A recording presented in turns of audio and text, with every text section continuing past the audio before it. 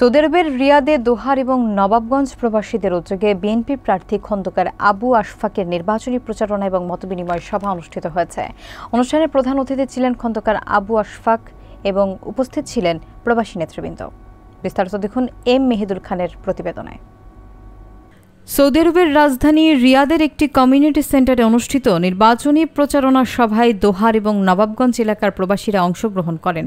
প্রবাসী ঢাকা জেলা বিএনপি সাধারণ সম্পাদক কোরবান আলীর সভাপতিত্বে এবং সাংগঠনিক সম্পাদক মাসুদ মিদারের সঞ্চালনায় অনুষ্ঠানে প্রধান অতিথি ছিলেন ঢাকা, দোহার ও নবাবগঞ্জ ১ আসনের বিএনপি প্রার্থী খন্দকার আবু আশফাক।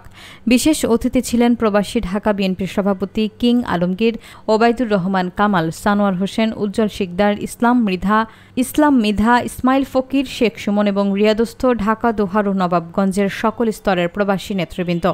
অনুষ্ঠানে বক্তারা বলেন, প্রবাসীদের হৃদয়ে খন্দকার আবু আশফাক একজন নিবেদিত প্রাণ, সৎ ও জনগণ নির্ভর নেতা হিসেবে আস্থা এবং ভালোবাসা অর্জন করেছেন। তারা আশ্বস্ত করেন, প্রবাসীরা আসন্ন নির্বাচনে তার প্রতি সমর্থন এবং সহযোগিতা অব্যাহত রাখবেন এবং চান তিনি বিপুল ভোটে বিজয়ী হয়ে দেশের জনগণের সেবা করার সুযোগ পান। সভায় বক্তারা প্রবাসীদের দায়িত্বশীল এবং সক্রিয় অংশগ্রহণের গুরুত্ব তুলে ধরেন, যাতে নির্বাচন ন্যায়সঙ্গত এবং ফলপ্রসূ হয়।